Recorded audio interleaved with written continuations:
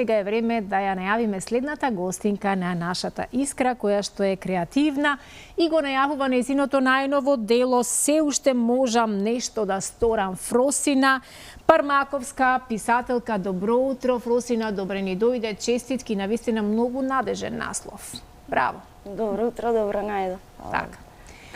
Да, всушност ние имаме своевидна ексклузива, можеме така да кажеме. Имаме сега предпромоција на книгата, затоа што книгата се уште не е излезена, дадена е само во печат. Браво. Јас ситва и чекам да видам повеќе детали, да чујам, односно повеќе детали за оваа најнова книга, но тоа ќе го направиме веднаш после кратките реклами. Ајде уште еднаш добро утро до Фросина Пармаковска, со која што ќе го промовираме новиот албум кој што се уште не е излезен од печат. Се уште можам нешто да сторам. Фросина, ајде уште еднаш добро утро и честитки. Добре најдов и благодарам. Пред 2 дена, ако не се лажам, токму е дадена книгата во печатница, така? Да. Како се овие последни денови на авторот, кога ќе го предаде своето дело? Сега веќе не е твое дело, сега веќе станува наше, така? Така е, токму така, штом веќе влегуваме во овој процес, тоест излегува од печатница, веќе книгата не е само на авторот. Последните денови претходно се многу исцрпувачки, па и би рекла последниот месец, затоа што има многу работа, техничка работа, читања, препрочитувања, корекции, оди на лектура, повторно се враќа кај авторот, оди на прелом, повторно се враќа кај авторот, многу читања, многу исцрпувачки, ама вреди. Сега всушност се чекаш. Сега нема што друго да правиш додека не излезе од печатница. Како ти паѓа чекањето? Па ми доаѓа добро за да одморам. Ова се претходно што го кажав, се трудам сега баш да одморам неколку дена. Фросина, ти имаш завршено книжевност. Сега воопшто не е чудно за некој писател кога има завршено книжевност да си продолжи нели во тие води. Мене ме интересира што го учите како теорија, како се пишува една книга. Кои се златните правила? Постојат некои универзални златни правила или пак кои се твоите до кои што се држиш при пишувањето на една книга? Да, јас ќе речам дека за пишување проза, за тоа можам да зборувам, е еднакво важен тој дел што нели луѓето го нарекуваат дарба. Или според таа Платонова парадигма музата го допира поетот во тоа време и тоа е само медиум. Но според Аристотел повеќе дава важност на техничката димензија. Јас мислам дека баланс помеѓу двете, затоа што треба некоја дарба, инспирација, идеја, речете, интерес, талент, ама во спој со многу работа. Зборувам конкретно за пишувањето проза или уште по-конкретно за пишувањето роман. Колку од она што го имате учено како теорија, како се пишува едно дело, соодветствува со она кога во пракса треба да се направи тоа? Па јас мислам дека многу помага факултетот за конкретно катедрата за општа и компаративна книжевност. Секогаш кога се навраќам, викам пак би бирала истата насока.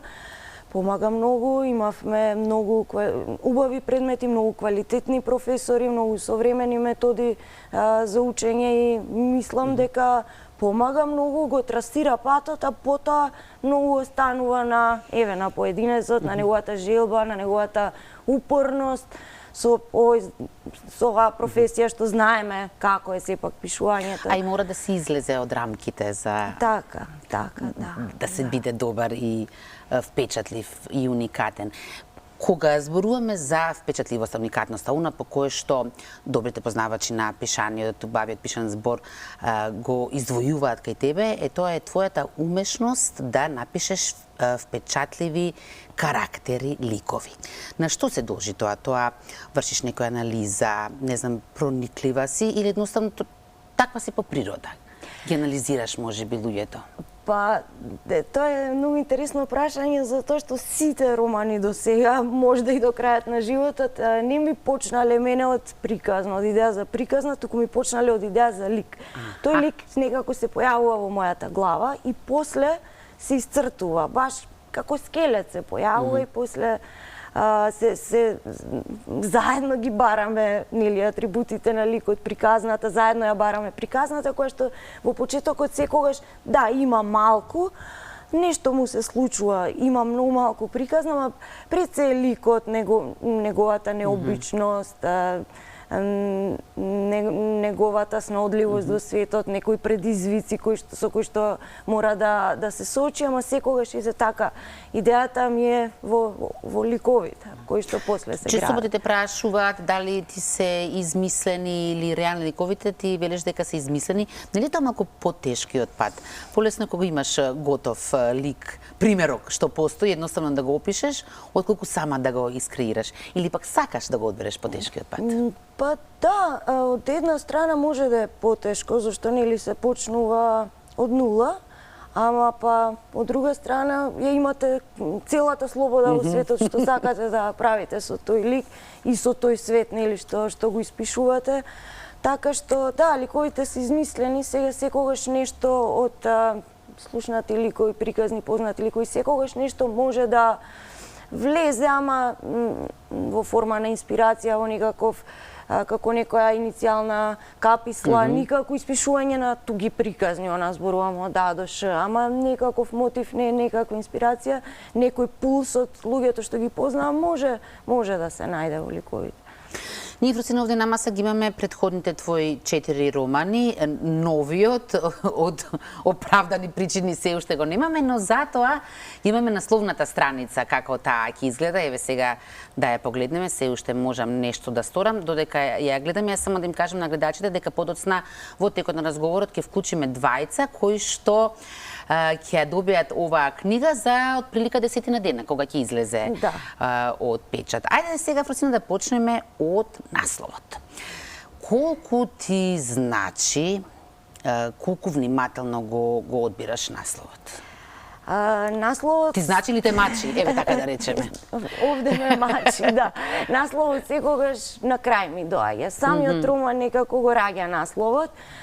Обично лесно доаѓа, затоа што самиот роман си го кажува насловот.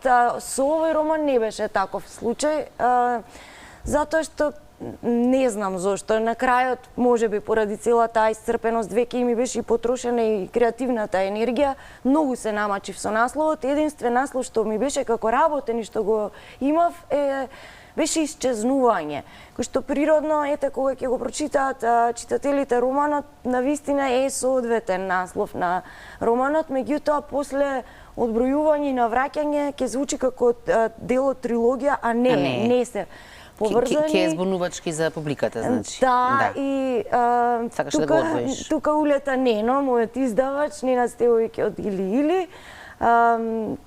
Тој дојде до наслов читајќи го романот и се појавува во текстот како дел од една реченица, се уште можам да сторам. Кога ми го предложи, со уште 2-3 предлози, одма ми се допадна и него му се допадна многу. Па ете, јас не се сметав доволно објективна, се свртив на уште неколку луѓе вака чиј вкус го почитувам и ете така дојдовме до насловот, се уште можам нешто да сторам. Ние во нашиот наслов ставивме магија. Со што ќе ги магепсаш читателите во ова дело? Можам да кажам дека овој роман е различен тематски од предходниот. Има некои универзални теми, како темата на смртта, на загубата, но има и доста теми со кои што јас не сум се занимавала, за кои што поминав многу часа, многу денови во истражување, во опит, во разговори со експерти во тие проблеми. Па ете, тоа би го издвоила. Вака на прва. Ние веќе имаме, Фросина, гледач на линија, односно твој потенцијален читател, така за нас гледачи, за тебе читатели. Добро утро. Добро утро, убав ден, се најубаво и до писателката. Стварно, за да се направи едно дело треба истражување, а и способност. Исто, и јас исто напишав една книга, прво мораше да се истражува, па да се напише. И самиот наслов, се уште можам нешто да сторам, е важно. Не се важно годините, важно е мотивот, целта и работата. Талентот исто така е битен, кај што кај младава особа има талент, и очекуваме многу вакви прозни дела. Не само ова, туку и понатаму да твори. Зашто е способна се гледа. Има мотив, има способност. И сака да створи. Тоа е она човек, се уште можам нешто да сторам. Така. Дали имате досега, можеби, прочитано нешто од Фросина? Немам прочитано, ова ќе ми биде прва, али стварно ќе биде магија. За моја душа, да може човек да влезе во суштината на самиот роман.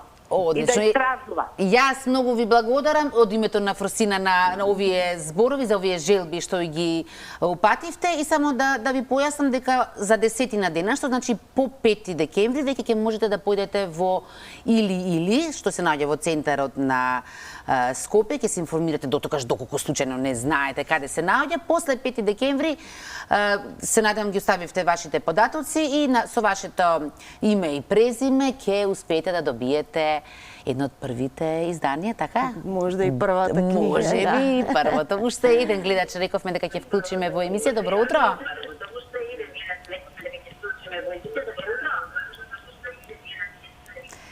Со тоа што ќе ве замолам тонот потивко, ако може, за да се разбереме. Ајде уште еднаш, добро утро, поверите, во програма сте. Многу гласови вака испадна, нели? Да. Добро, вака се да не губиме време, јас ви благодарам што се вклучите, се надевам дека ги оставивте вашите податоци, истото важи и за вас, друг пат ќе можеме да разговараме кога ќе биде телевизорот намален, значи по 5 декември појдете во Или и ваша ќе биде книгата, отпосле може да се јавите за да искоментирате. Јас сам уште малку неколку работи за книгата, колку што разбрав, тука зборуваш за постојаното померување на она границата помеѓу реалното, за кој што сме сигурни дека постои, и она чудесното, за кој што не е докажано, па се изгледа и тоа како е присутно. Да. А се поместува таа граница, така? Да.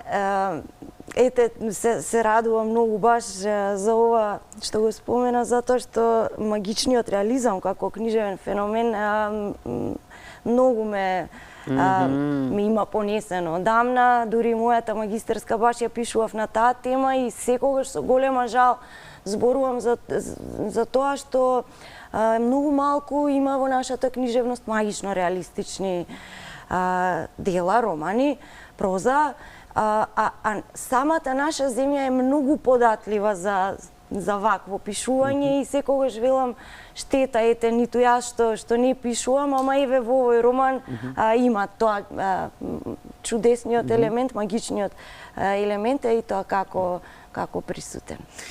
Фросина, јас намерно го избегнувам она, можам слободно да кажам, глупаво прашање, веројатно и Суза ќе се согласиш, а тоа што ти било инспирација, така што нема такви прашања ти поставувам, но еве да речеме, јас така си извлеков некоја порака, она што сакаш да го постигнеш со ова дело е да ги натераш читателите, односно сите нас, повеќе и подлабоко да размислуваме и да преиспитуваме буквално се.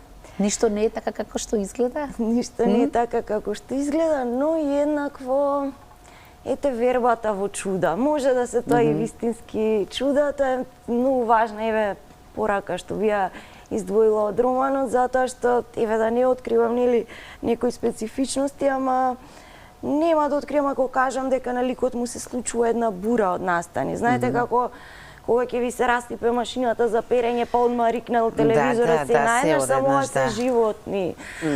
Така моменти кои што наеднаш му се случуваат како животи што имали крај, си викаш да престанат овие, да. Баш така.